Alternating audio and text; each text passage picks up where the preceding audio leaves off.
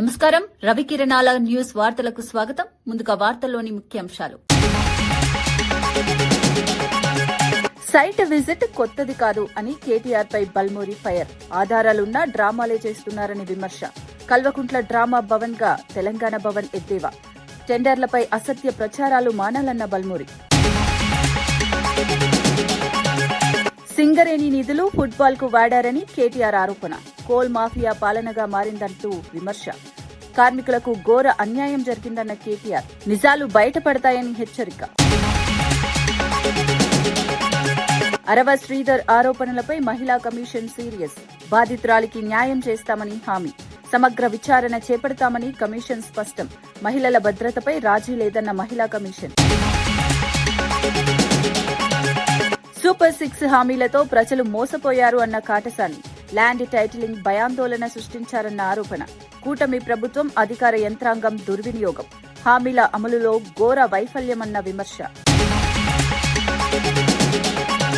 కుటుంబ విభేదాలతోనే బీఆర్ఎస్ బలహీనమవుతోందన్న వ్యాఖ్య. కవిత వ్యాఖ్యలే పార్టీ స్థితికి నిదర్శనమన్న ఆది.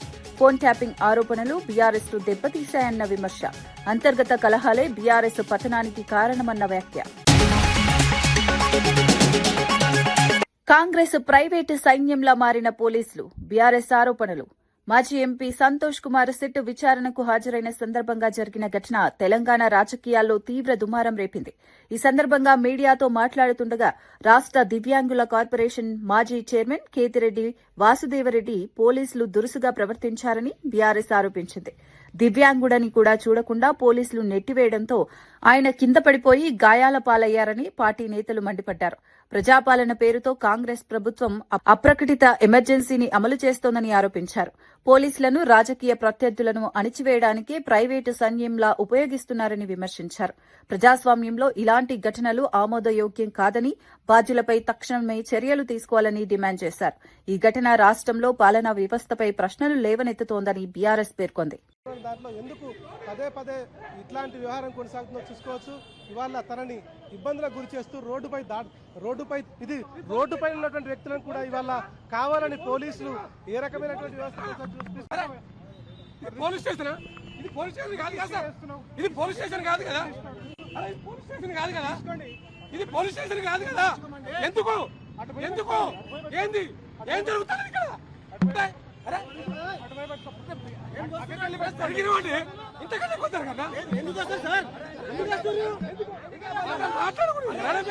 కోల్ ఇండియా టెండర్లలో సైట్ విజిట్ ప్రక్రియ కొత్తది కాదని ఎమ్మెల్సీ బల్మూరి వెంకట్ స్పష్టం చేశారు.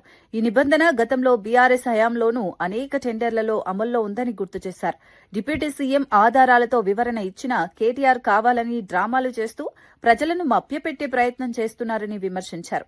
తెలంగాణ భవన్ ను ఇకపై కల్వకుంట్ల డ్రామా భవన్ గా మార్చుకుని నాటకాలు వేసుకుంటే మంచిదని ఎద్దేవా చేశారు. వాస్తవాలు ప్రజలకు తెలుసునని, రాజకీయ లబ్ది కోసం అసత్య ప్రచారాలు చేయడం సరికాదన్నారు. టెండర్ల ప్రక్రియలో ఎలాంటి అక్రమాలు లేవని స్పష్టం చేస్తూ ప్రభుత్వాన్ని అప్రతిష్ట పాలు చేయాలనే ఉద్దేశంతోనే ఇలాంటి ఆరోపణలు చేస్తున్నారని మండిపడ్డారు. ఈ వ్యాఖ్యలు రాజకీయంగా ప్రాధాన్యం సంతరించుకున్నాయి. దానికి నిజంగా ఎక్స్పీరియన్స్ ఉందా లేదా పరిగణలోకి తీసుకునే ఒక పాయింట్ అది. గతంలో కూడా టీఆర్ఎస్ హయాంలో కూడా ఈ పాయింట్ అనేది ఉండే కొన్ని టెండర్లలో. ఆలోచన లేకుండా ప్రజల్ని మభ్యపెట్టడానికి అబద్ధపు మాటలు మాట్లాడుతూ నోటికి వచ్చినట్టు విచ్చలు విడిగా ఏది పడుతుంది చూపించి చెప్పే ప్రయత్నం చేస్తున్నారు. కేటీఆర్ గారు మీరు ఆడే డ్రామాలకి మీ బీఆర్ఎస్ పార్టీ ఆఫీస్ని బీఆర్ఎస్ గా తీసేసి కేడీబీ అని పెట్టుకోండి, కల్వకుంట్ల డ్రామా భవన్. ఇక మీ బతుకు దానికే. ఇక మీరు మొత్తం కూడా మీ జీవితకాలం ఇదే డ్రామాలు ఆడుకుంటూ మీ కుటుంబం బతకాల్సిన పరిస్థితి ఉంది. ఇక అది బీఆర్ఎస్ పార్టీ ఆఫీస్ కాదు, కేడీబీ కల్వకుంట్ల డ్రామా భవన్.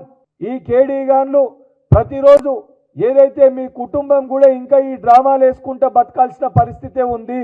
సిగ్గు లేకుండా ఒక విషయం పైన మీరు ఆరోపణ చేసినప్పుడు బాధ్యతతోటి, చిత్తశుద్ధితోటి మా డిప్యూటీ సీఎం గారు దానిపైన 2 సార్లు వివరణ ఇవ్వడం జరిగింది. యాజ్ ఎ డిప్యూటీ సీఎం ప్రజలకి జవాబుదారీతనంతో ఉండాలి.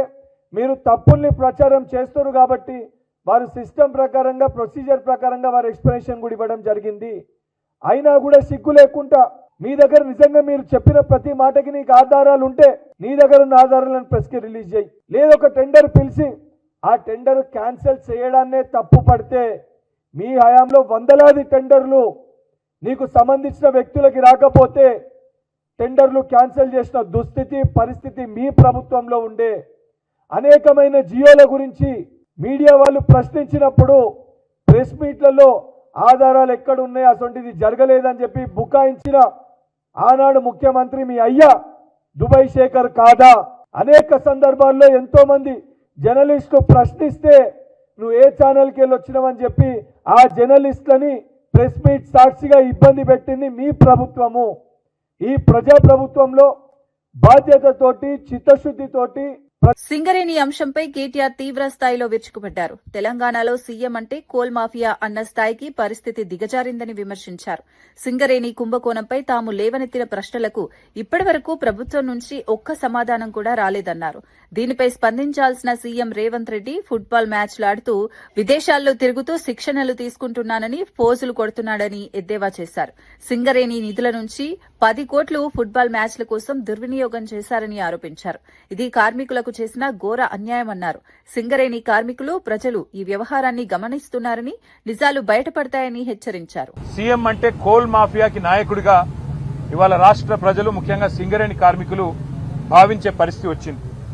ఇవాళ మీరు ఒక్కసారి అర్థం చేసుకుంటే ఈ కుంభకోణాన్ని రాష్ట్ర ప్రజలు ముఖ్యంగా సింగరేణి ప్రాంతంలో ఉండే మా కార్మిక సోదరులు కూడా అర్థం చేసుకుంటే చాలా స్పష్టంగా ఆధారాలతో సహా మేము బయటపెట్టిన తర్వాత ముఖ్యంగా మేము లేవనెత్తిన కొన్ని ప్రశ్నల విషయంలో ఇప్పటి వరకు ప్రభుత్వం నుంచి ఒక్క సమాధానం కూడా రావడం లేదు.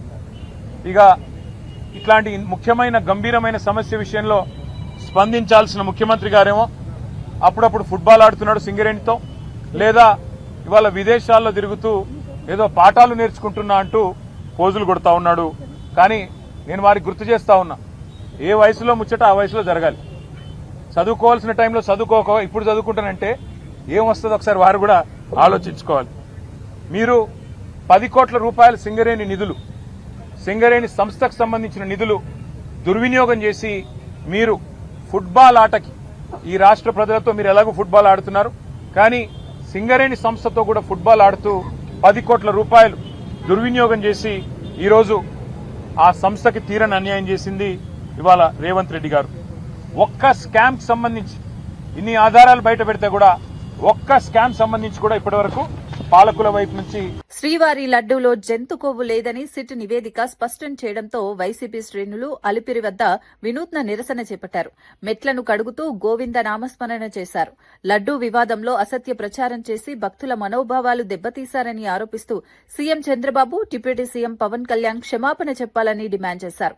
శ్రీవారిని రాజకీయాలకు వాడుకున్న వారిని క్షమించాలని దేవుడిని ప్రార్థించారు. ఈ నిరసన భక్తి రాజకీయాల మేళవింపుగా మారిందని వైసీపీ శ్రేణుల వినూత్న ఆందోళన తిరుమల పరిసరాల్లో చర్చనీయాంశంగా మారింది. లడ్డూ అంశంపై కొనసాగుతున్న రాజకీయ వివాదం మరింత ముదిరే సూచనలు కనిపిస్తున్నాయి.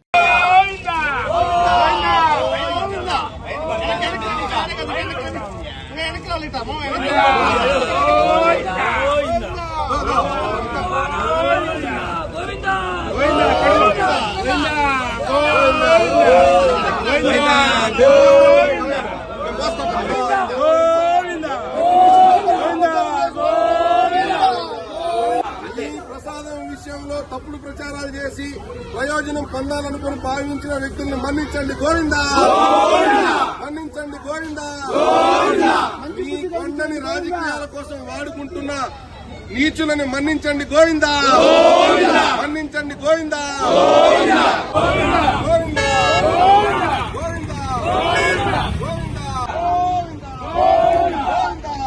ఎమ్మెల్యే అరవ శ్రీధర్పై వచ్చిన లైంగిక వేధింపుల ఆరోపణలను రాష్ట మహిళా కమిషన్ తీవ్రంగా పరిగణించింది. కమిషన్ చైర్పర్సన్ రాయపాటి శైలజ బాధితురాలితో ఫోన్లో మాట్లాడి పూర్తి వివరాలు తెలుసుకున్నారు. బాధితురాలికి న్యాయం చేస్తామని, సమగ్ర విచారణ చేపట్టి తగిన చర్యలు తీసుకుంటామని భరోసా ఇచ్చారు. ఇటువంటి ఘటనలను ప్రభుత్వం సీరియస్ గా తీసుకుంటుందని కమిషన్ స్పష్టం చేసింది. మహిళల భద్రత విషయంలో ఎలాంటి రాజీ ఉండదని పేర్కొంది. విచారణలో వాస్తవాలు వెలుగులోకి తీసుకొచ్చి బాధ్యులపై చర్యలు తీసుకుంటామని తెలిపింది. నిన్నొచ్చి చెప్తున్నారు, మేము ఎలా తిరగాలి రోడ్ల మీద, మాకు అన్నం ముద్ద దిగట్లేదు, బయటికి రాలేకపోతున్నాము. ఇవే ఎవరు బాధ్యత తీసుకుంటారు వీటన్నిటికీ?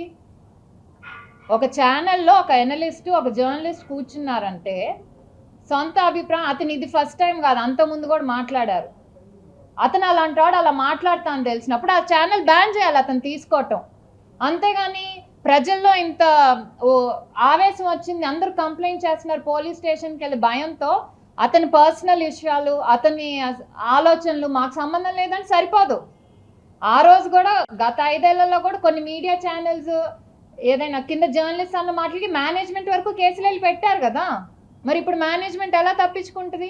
కనీసం మేనేజ్మెంట్ రెస్పాన్సిబుల్గా కూడా బయటకు వచ్చి క్షమాపణ చెప్పలేదు. ఇప్పటికి కూడా ఆ యాంకర్ కూడా క్షమాపణ చెప్పలేదు. అడిగితే చెప్తాలి అన్నట్టు మాట్లాడాడు. ఐ థింక్ మీరు అందరు కూడా చూసే ఉంటారు ఆ వీడియో. ఎక్కడైనా క్షమాపణ కనపడిందా? ఇంకా మేము చేసింది కరెక్టే, దీన్ని మిగతా ఛానల్స్ తప్పుగా ప్రచారం చేస్తున్నారని చెప్తున్నారు. సో బేసిక్లీ ఇదేంటంటే పోలీస్ యాక్షన్ జరుగుతుందండి. ఇది కంప్లీట్ అయ్యే వరకు చూడటం యాజ్ మహిళా కమిషన్గా మా బాధ్యత మేము తీసుకుంటాం. తర్వాత ఇది మళ్ళీ జరగకుండా ఏ ఛానల్లో రిపీట్ అవ్వకుండా చూడటం మనందరి మీద బాధ్యత ఉంది. ముఖ్యంగా ప్రెస్ కౌన్సిల్ ఆఫ్ ఇండియాకు కూడా మేము లెటర్ రాస్తాం. ఎందుకంటే ఇలాంటి ఛానల్స్ లైసెన్స్ కనుక క్యాన్సిల్ చేయకపోతే ఇంకో ఛానల్స్ ఇదే మాట అంటాయి, రేపు మమ్మల్ని ఎవరు చేయలేరు అనే ధీమా వస్తుంది. అలాగే ministry of information and broadcasting వీళ్ళందరికి కూడా లెటర్ రాసి మా సైడ్ నుంచి మేము డెఫినెట్ ఇది చేయాలి. ఎందుకంటే ఇది కేవలం ఒక స్టేట్కి సంబంధించిన ఇష్యూ కాదు, ఇలాంటి ఇంకో స్టేట్లో జరగచ్చు. ఈజీగా మహిళల్ని టార్గెట్ చేస్తున్నారు ప్రతి విషయంలో. సో తప్పకుండా వీటి మీద యాక్షన్ తీసుకోండి అని మేము ఆ 2 కౌన్సిల్స్ కూడా రాస్తాము. కర్నూలులో మాజీ ఎమ్మెల్యే కాటసాని రాంభూపాల్ రెడ్డి టీడీపీ ప్రభుత్వంపై తీవ్ర విమర్శలు చేశారు. చంద్రబాబు నాయుడు ఎన్నికల సమయంలో ఇచ్చిన సూపర్ 6 హామీలు ప్రజలను మభ్యపెట్టడానికే తప్ప అమలుకు రావడం లేదని ఆరోపించారు. ముఖ్యంగా ల్యాండ్ టైటిలింగ్ యాక్ట్ విషయంలో అసత్య ప్రచారం చేసి ప్రజల్లో భయాందోళనలు సృష్టించారని మండిపడ్డారు. గత వైసీపీ ప్రభుత్వంలో అమలైన వాలంటీర్ వ్యవస్థ, ఐపాక్ మోడల్ వల్లే పార్టీకి నష్టం వాటిల్లిందని అభిప్రాయపడ్డారు. ప్రస్తుతం కూటమి ప్రభుత్వం అధికార యంత్రాంగాన్ని రాజకీయ ప్రయోజనాలకు ఉపయోగిస్తోందని విమర్శించారు. పోలీసు వ్యవస్థ పక్షపాతంగా వ్యవహరిస్తే పార్టీ కార్యకర్తల పక్షాన పోరాటం తప్పదని హెచ్చరించారు. ప్రజలకు ఇచ్చిన హామీల అమల్లో ప్రభుత్వ వైఫల్యం స్పష్టంగా కనిపిస్తోందని కాటసాని పేర్కొన్నారు. ఈ వ్యాఖ్యలు జిల్లాలో రాజకీయ చర్చలకు దారితీస్తున్నాయి.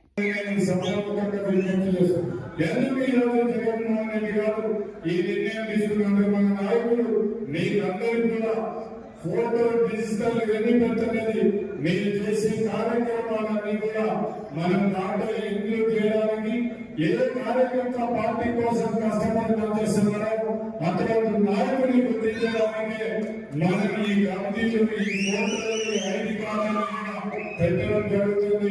మీరందరూ కూడా మనం ఐడి కార్డు ఇవ్వడం జరుగుతుంది. కాబట్టి మనకు ఉగాది లోపల మొత్తం రాష్ట్ర లెవెల్ అన్నీ పోతే ఉగాదికి వెళ్ళాలి. మీకు అందరికీ కూడా ఏ పదవులు ఏ హోదాలు వచ్చినా ఆ హోదాల్లో మన నాయకుడు జగన్మోహన్ రెడ్డి గారు మీకు ఫోటో ఐడి మీకు తొందరగానే మన ఉగాది లోపల మీకు వచ్చే విధంగా ఏర్పాటు చేయడం జరుగుతుందని కూడా నేను సభాముఖంగా విజ్ఞప్తి చేస్తాను.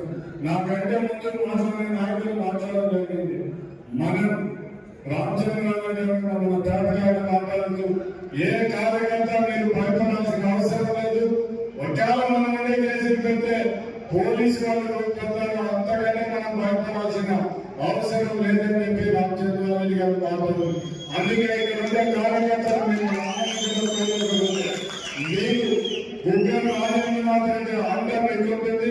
దాంతో పాటు పార్టీ అన్నీ కూడా ఖచ్చితంగా ఉంటుంది. కాబట్టి ఏ కార్యకర్త కానీ రైల్వే కోడూరు జనసేన ఎమ్మెల్యే అరవ శ్రీధర్పై వచ్చిన ఆరోపణలపై వైసీపీ మహిళా విభాగం అధ్యక్షురాలు వరదు కళ్యాణి తీవ్రంగా స్పందించారు. కూటమి పాలనలో అధికార పార్టీ నేతలకు చట్టభయం లేకుండా పోయిందని విమర్శించారు. మహిళల భద్రతపై ప్రభుత్వ నిర్లక్ష్యం వల్లే ఇలాంటి ఘటనలు జరుగుతున్నాయని ఆరోపించారు. కూటమి నేతలు, కార్యకర్తలు తప్పుడు పనులు చేసినా శిక్ష పడదన్న ధీమాతోనే బరితెగిస్తున్నారని మండిపడ్డారు. మహిళలపై వేధింపుల అంశంలో ప్రభుత్వం తక్షణమే కఠిన చర్యలు తీసుకోవాలని డిమాండ్ చేశారు. ఈ ఘటన మహిళా హక్కులపై ప్రభుత్వ వైఖరిని ప్రశ్నార్థకం చేస్తోందన్నారు. అధికారంలో ఉన్నవారికి చట్ట సమానంగా వర్తించకపోతే ప్రజాస్వామ్యంపై నమ్మకం దెబ్బతింటుందని హెచ్చరించారు. ఈ వ్యాఖ్యలు రాజకీయంగా తీవ్ర ప్రతిధ్వనిని రేపుతున్నాయి. అలాగే ముఖ్యంగా మహిళా కమిషన్ ఉంది. మహిళా కమిషన్ ఏం చేస్తుంది? రాష్ట్రంలో ఎంత దారుణంగా ఆ వ్యక్తి చేశాడో, ఆ మహిళ జీవితాన్ని నాశనం చేసేశాడు, ఆవిడ కుటుంబాన్ని బజార్న పడేశాడు, ఆమెను ఈ రోజు రోడ్డు మీదకి లాగిన పరిస్థితి అయితే మరి సుమోటోగా కేసు పెట్టాల్సిన మహిళా కమిషన్ ఈ రోజు ఏం చేస్తూ ఉంది? ఈ మహిళలకి ఇలా అన్యాయం జరుగుతూ ఉంటే మంత్రులేమో రికార్డింగ్ డాన్సులు, కొందరు చెత్త చెత్త ప్రోగ్రామ్స్ కి అటెండ్ అవ్వడం, ఇది వీళ్ళు చేస్తూ ఉండే పరిస్థితి. ఇందుక మీకు పదవులు ఇచ్చారు అని నేను అడుగుతూ ఉన్నాను. అలాగే కేంద్ర హోంశాఖ నివేదికలో మన రాష్ట్రం పోలీస్ శాఖ పనితీరు, చట్టాలు అమలు తాలూకా నివేదికలో 36వ స్థానానికి దిగజారిపోయింది. అయినా వీళ్ళకి సిగ్గు రావట్లేదు. అలాగే హోంమంత్రి గారు, కేంద్ర హోంమంత్రి అయిన అమిత్ షా గారు చంద్రబాబు నాయుడు గారికి లేఖ రాశారు. మీరు emergency call centre number call చేస్తే 26 నిమిషాల వరకు కూడా స్పందించట్లేదు, అత్యంత దారుణంగా ఉంది. దేశం యావరేజ్ అయి తీసుకుంటే 18 నిమిషాలు ఉంటే మీరు ఎంత దారుణంగా మీ రాష్ట్రంలో స్పందిస్తున్నారు, పోలీసులు పని చేయట్లేదని చేవాట్లు పెట్టడం జరిగింది. అయినా బుద్ధి రావట్లేదు. ఎప్పటికైనా దయుంచి ఈ ప్రభుత్వ పెద్దలు సిగ్గు తెచ్చుకొని మహిళలకి రక్షణ కల్పించడం మీద శ్రద్ధ వహించాల్సిందిగా కోరుతున్నాను. బాధ్యతాయుతమైన హోం మినిస్టర్ పదవిలో ఉంటూ మాజీ ముఖ్యమంత్రి వైఎస్ జగన్ పై సోషల్ మీడియాలో పోస్టులు చేయడం సరికాదని వైసీపీ స్టేట్ మీడియా ప్యానలిస్ట్ బండి పుణ్యశీల ప్రశ్నించారు. ప్రజల భద్రత, శాంతి భద్రతల పరిరక్షణే హోం మినిస్టర్ ప్రధాన బాధ్యత అని గుర్తు చేశారు. వ్యక్తిగత రాజకీయ విమర్శలతో హోం మంత్రిత్వ శాఖ గౌరవం తగ్గుతోందని మండిపడ్డారు. పాలనపై దృష్టి పెట్టాల్సిన సమయంలో రాజకీయ ఆరోపణలతో కాలక్షేపం చేయడం తగదన్నారు. రాష్ట్రంలో నేరాలు, మహిళలపై దాడులు పెరుగుతున్న తరుణంలో హోంమంత్రిగా బాధ్యతలు వ్యవహరించాలని సూచించారు. సోషల్ మీడియా రాజకీయాలు ప్రజా సమస్యలకు పరిష్కారం కావని వ్యాఖ్యానించారు. ఈ వ్యాఖ్యలు రాజకీయ వర్గాల్లో చర్చకు దారితీస్తున్నాయి. దరిద్రప్పను మీకు అర్థమవుతోందా? You are in good position, you are honourable home minister. అది గుర్తుపెట్టుకోండి తల్లి. వైఎస్ఆర్సీపీ నేతలు కోళ్లను కోసినా కుక్కల్ని కోసినా కూడా తీసుకెళ్లి రోడ్ల మీద నడిపిస్తూ దరిద్రంగా ట్రీట్మెంట్లు ఇప్పిస్తున్నారు. అదే మీ మినిస్టర్లు, మీ ఎమ్మెల్యేలు సంక్రాంతి పండుగను అడ్డం పెట్టుకుని ఆడవాళ్ళని అశ్లీలతతో దరిద్రంగా బట్టలు ఉడదీయించి డాన్సులు వేయిస్తే మాత్రం తమరు ఎక్కడున్నారమ్మా? అలాంటివన్నీ మనకి దగ్గరికి రావు, ఆలోచనలకు కూడా రావు, మన కళ్ళకేవి కనిపించవు. కానీ జగన్మోహన్ రెడ్డి గారు తుమ్మినా, దగ్గినా, ఉన్నా లేకపోయినా అన్నీ కనపడతా ఉంటాయి. 19 to 24లో 2.5 ఏళ్ళు దగ్గర కరోనా కాలం విలయతాండవం చేస్తే అసలు మీ నాయకుడు హైదరాబాదు ఇంట్లో నుంచి బయటికి రాలా, మీరెక్కడా కనపడలా. మా నాయకుడు ఈ రోజుకి కూడా వారానికి 4 రోజుల పాటు అందుబాటులో ఉండి ప్రజల సమస్యల మీద పోరాడుతున్నాడు. అందుకే కదా 11 సీట్స్ వచ్చినా కూడా ఒక్కొక్కళ్ళకి తడిసిపోతోంది. భగవంతుడిచ్చిన అవకాశాన్ని సద్వినియోగం చేసుకుని మీ స్థాయిలు దిగజార్చుకోకుండా ఇట్లాంటి వెకిలి వేషాలుగా పోస్టింగులు పెట్టకుండా అమ్మా, మీరు ఒక గౌరవప్రదమైనటువంటి పొజిషన్లో ఉన్న స్త్రీమూర్తిగా మిమ్మల్ని మీరు కంట్రోల్ చేసుకుంటూ సొసైటీకి ఏమన్నా చేసే ప్రయత్నం చేయండి మా.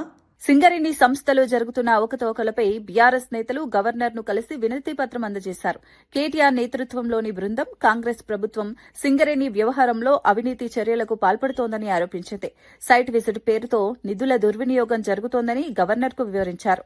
కార్మికుల సంక్షేమాన్ని పక్కన పెట్టి రాజకీయ లాభాల కోసం నిర్ణయాలు తీసుకుంటున్నారని విమర్శించారు. సింగరేణి సంస్థ తెలంగాణ ప్రజల ఆస్తి అని, దాన్ని కాపాడుకోవాల్సిన బాధ్యత ప్రభుత్వానిదేనని స్పష్టం చేశారు.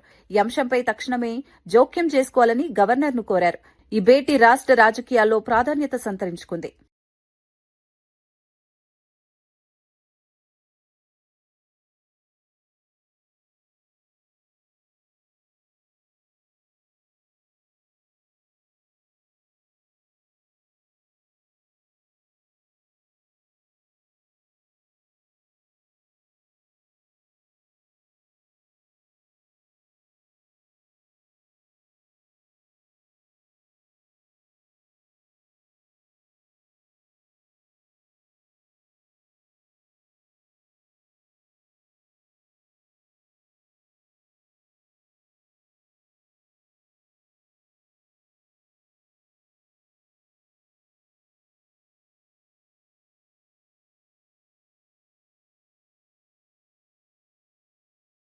పెద్దపల్లి జిల్లా గోదావరికనిలో సింగరేణి తెలంగాణ బొగ్గుగని కార్మిక సంఘం 24వ ఆవిర్భావ దినోత్సవాన్ని ఘనంగా నిర్వహించారు. ఈ సందర్భంగా కార్మికుల హక్కులు, సంక్షేమం కోసం సంఘం చేసిన పోరాటాలను నేతలు గుర్తు చేశారు. సింగరేణి సంస్థ అభివృద్దిలో కార్మికుల పాత్ర అమూల్యమని వక్తలు కొనియాడారు. కార్మికుల సమస్యలను ప్రభుత్వం నిర్లక్ష్యం చేస్తోందని ఆవేదన వ్యక్తం చేశారు. జీతాలు, భద్రత, వైద్య సదుపాయాలపై స్పష్టమైన విధానాలు అవసరమని డిమాండ్ చేశారు. సంఘం ఐక్యతతోనే హక్కులు సాధ్యమవుతాయని పిలుపునిచ్చారు. ఈ కార్యక్రమం కార్మికుల్లో కొత్త ఉత్సాహాన్ని నింపింది. రూపాయలైతేంది, అలాగే తల్లిదండ్రులకు ఉచిత వైద్యం ఇచ్చేయడం అయితేంది, మహిళా సోదరిమణకు CCL మెటర్నిటీ లీవ్ పెంచుకోవడం అయితేంది, IIT IIM చదివేటువంటి పిల్లలకు ఫీజు రీయింబర్స్మెంట్ ఇవ్వడం అయితేంది, దాంతో పాటుగా ఈరోజు AC ఫ్రీగా కనెక్షన్ ఇచ్చేటువంటిది అయితేంది, 1% ఎలక్ట్రిక్ ఛార్జెస్ ఉచిత మాఫీ చేయడము అయితేంది, మ్యాచింగ్ గ్రాంట్ 15 లక్షలు 20 లక్షలు ఇప్పించినటువంటిది అయితేంది, ఇలాంటి అనేక హక్కులను సాధించినటువంటి తెలంగాణ బొగ్గని కార్మిక సంఘం 11 సంవత్సరాల పాటు ఒక గుర్తింపు సంఘంగా సేవలందించింది. బీసీల సంక్షేమమే ప్రభుత్వ ప్రధాన లక్ష్యమని మంత్రి సవిత స్పష్టం చేశారు. బీసీల అభ్యున్నతికి తీసుకొస్తున్న పథకాలు నిరంతరం కొనసాగుతాయని తెలిపారు. విద్య, ఉపాధి, స్వయం ఉపాధి రంగాల్లో బీసీలకు మరింత అవకాశాలు కల్పించే దిశగా ప్రభుత్వం చర్యలు తీసుకుంటోందని చెప్పారు. బీసీ కార్పొరేషన్లకు అవసరమైన నిధులు విడుదల చేసి లబ్దిదారులకు సకాలంలో సహాయం అందేలా పర్యవేక్షణ చేస్తున్నట్లు వివరించారు. బీసీ యువతకు స్కిల్ డెవలప్మెంట్, శిక్షణ కార్యక్రమాలు విస్తరించనున్నట్లు వెల్లడించారు. గ్రామీణ ప్రాంతాల్లో బీసీల జీవన ప్రమాణాలు మెరుగుపడేలా ప్రత్యేక కార్యాచరణ అమలు చేస్తున్నామని పేర్కొన్నారు. గతంలో జరిగిన నిర్లక్ష్యానికి తావు లేకుండా ప్రతి అర్హుడికి ప్రభుత్వ పథకాలు చేరేలా కూటమి ప్రభుత్వం కట్టుబడి ఉందని మంత్రి సవిత భరోసా ఇచ్చారు.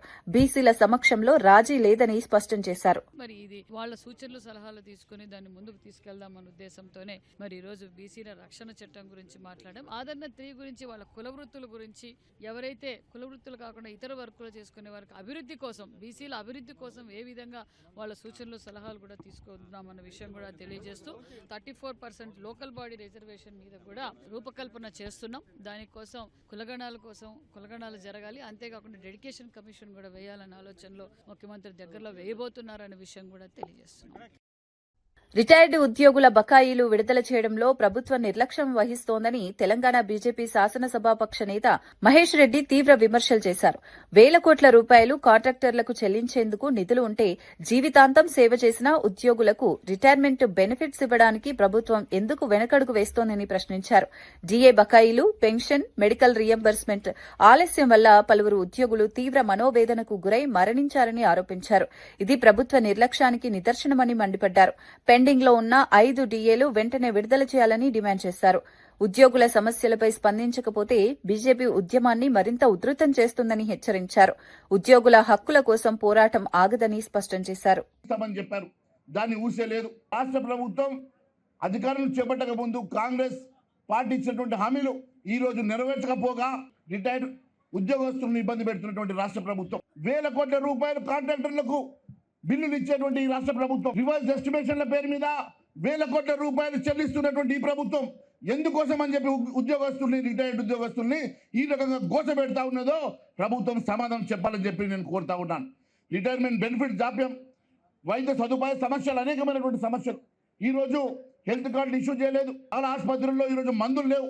మరి చాలా మంది ఈరోజు బాధితులైనటువంటి రిటైర్డ్ ఎంప్లాయీస్ ఈరోజు ఇబ్బంది పడుతూ ఉన్నారు. వారికి రావాల్సిన రీఎంబర్స్మెంట్ కూడా సకాలంలో రాక ఈరోజు ఉద్యోగస్తులు ఇబ్బంది పడుతున్నటువంటి అంశాలను ఖచ్చితంగా భారతీయ జనతా పార్టీ ఈ మీడియా ద్వారా అడుగుతా ఉన్నాం. ఎప్పటి లోపల మరి ఈ రిటైర్డ్ ఎంప్లాయీస్ సమస్యను పరిష్కారం చేస్తారు, లేని పక్షంలో వారి తరఫున Bharatiya Janata party. ఉండవల్లిలోని CM camp కార్యాలయంలో ముఖ్యమంత్రి చంద్రబాబు నాయుడు కీలక సమీక్షా సమావేశం నిర్వహించారు. పూర్వోదయ, సాక్షి, రాష్ట్ర ప్రభుత్వ నిధుల సమన్వయంతో పెండింగ్ ప్రాజెక్టులను వేగంగా పూర్తి చేయడంపై చర్చించారు. వివిధ శాఖల మంత్రులు, ఉన్నతాధికారులు సమావేశంలో పాల్గొన్నారు. నిధుల వినియోగంలో పారదర్శకత ఉండాలని, పనుల పురోగతిపై నిరంతర పర్యవేక్షణ చేయాలని సీఎం ఆదేశించారు. రాష్ట్ర అభివృద్దికి కీలకమైన ప్రాజెక్టు మరింత ఆలస్యం కాకుండా నిర్ణీత గడువుల్లో పూర్తి చేయాలని స్పష్టం చేశారు. కేంద్ర, రాష్ట్ర నిధుల సమన్వయంతో మౌలిక వసతుల అభివృద్దిని వేగవంతం చేయాలని సూచించారు. ప్రజలకు ఉపయోగపడే పనులే ప్రాధాన్యంగా ఉండాలన్నారు. సమీక్ష అనంతరం శాఖల వారీగా కార్యాచరణ రూపొందించనున్నట్లు అధికారులు తెలిపారు.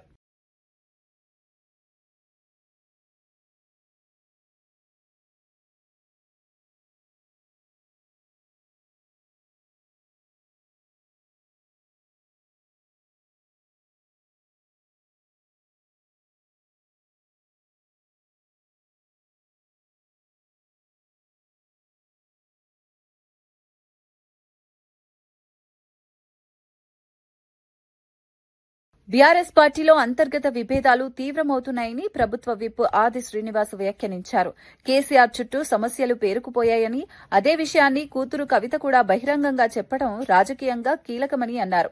ఫోన్ ట్యాపింగ్ ఆరోపణలపై కుటుంబ సభ్యుల మధ్య పరస్పర ఆరోపణలు రావడం బీఆర్ఎస్ పరిస్థితిని స్పష్టంగా చూపుతోందని విమర్శించారు.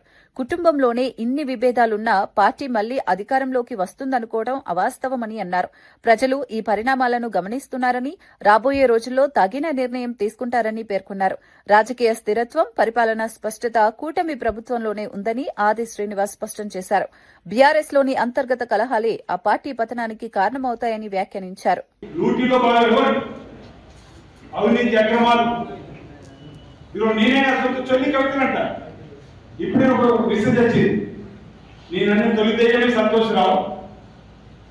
ఆయన సీట్ ద్వారా టెలిఫోన్ ట్యాగ్ లో మీరు మాట్లాడడానికి విచారణ పిలిపించింది, ఆయన చర్యలు తీసుకోవాలి. నేను మా నాన్నగారు మై డియర్ డాడీ ఒక లేఖ రాసింది, కవిత గారికి అంతా చూశాను. మై డియర్ డాడీ ఒక లేఖ రాస్తూ మా డాడీ చుట్టూ దయ్యాన్ని ఆయన కాదు, కానీ ఇప్పుడే ఉంటుంది. ఈరోజు ఆ మొదటి దయ్యం సంతోషరావు అంటారు. ఆ మొదటి దయ్యం సంతోషరావు అంటారు. ఈరోజు రెండోది హరీష్ రావు చెప్పి నిన్ననే చెప్పగలిగింది. తర్వాత కేటీఆర్ కూడా అనేక ప్రశ్నలు చెల్లి, అరే నా భర్త టెలిఫోన్ ట్యాపింగ్ చేపిస్తావాడు, ఆయన తమ్ముడు లేకుండా సొంత బావ టెలిఫోన్ ట్యాపింగ్ చేస్తావాడు అని చెప్పని కూడా కవితలండి. మేము ఆ రోజు అందరూ మా రీసెర్చ్ అంటే రాజకీయ కక్ష సాధింపుతో అనుకుంటూ అన్నారు. కానీ ఈరోజు కవిత అంటుంది కదా, నేను అనుకుంటే ఇంకో 2-3 రోజులైతే పోసి 2-3 నెలలైతే హరీష్ రావు కూడా అంటున్నాడు నా టెలిఫోన్ ట్యాపింగ్ అని. ఎందుకంటే వ్యవస్థ అలాంటిది. కుటుంబంలోనే ఇప్పుడు వాళ్ళ మీద ఒకరికి ఒకరు ఆరోపణ చేసుకుంటే పరిస్థితులు రేపు ఆ పార్టీ ఉంటుందో లేదో సందర్భం, ఆ పార్టీ వస్తుందో లేని సందర్భం. వార్తలు ముగించే ముందు ముఖ్యాంశాలు మరోసారి. సైట్ విజిట్ కొత్తది కాదు అని కేటీఆర్ పై బల్మూరి ఫైర్. ఆధారాలున్నా డ్రామాలే చేస్తున్నారని విమర్శ. కల్వకుంట్ల డ్రామా భవన్ గా తెలంగాణ భవన్ ఎద్దేవా. టెండర్లపై అసత్య ప్రచారాలు మానాలన్న బల్మూరి. సింగరేణి నిధులు ఫుట్బాల్ కు వాడారని కేటీఆర్ ఆరోపణ. కోల్ మాఫియా పాలనగా మారిందంటూ విమర్శ. కార్మికులకు ఘోర అన్యాయం జరిగిందన్న కేటీఆర్. నిజాలు బయటపడతాయని హెచ్చరిక.